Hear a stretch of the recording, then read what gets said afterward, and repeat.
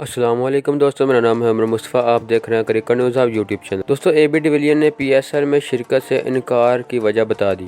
اگر آپ بھی کرکٹ لور ہیں تو اس ویڈیو کے نیچے دیے گئے اس لال کلر کے سبسکرائب بٹن پر کلک کریں اور ساتھ موجود گھنٹی کے نشان کو بھی کلک کر لیں تاکہ آپ کو کرکٹ سے جڑی ہر خبر سب سے پہلے ملتی رہے۔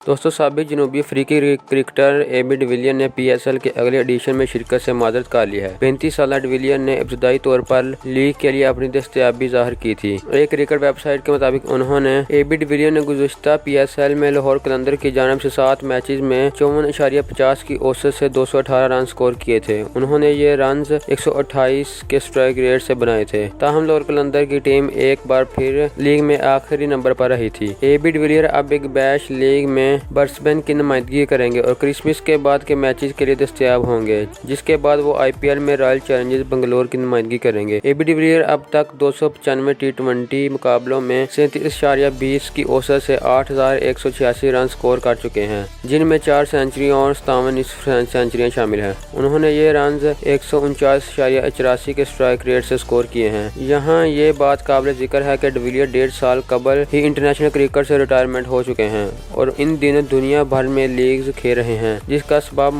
محض ورک لوڈ کو بنیاد بنا کر شرکت سے انکار کرنا ناقابل فہم نظر آتا ہے۔ جی ہاں دوستوں، اے بی ڈی ویلیئر نے ورک لوڈ کو ہینڈل کرنے کے لیے اور انجری سے بچنے کے لیے پی ایس ایل میں آنے سے انکار کیا ہے۔ دوستوں، یہ تھی ہماری آج کی ویڈیو۔ اگر آپ کو ہماری یہ ویڈیو پسند آئی تو اسے لائک کریں اور ہمارے چینل کو سبسکرائب کریں۔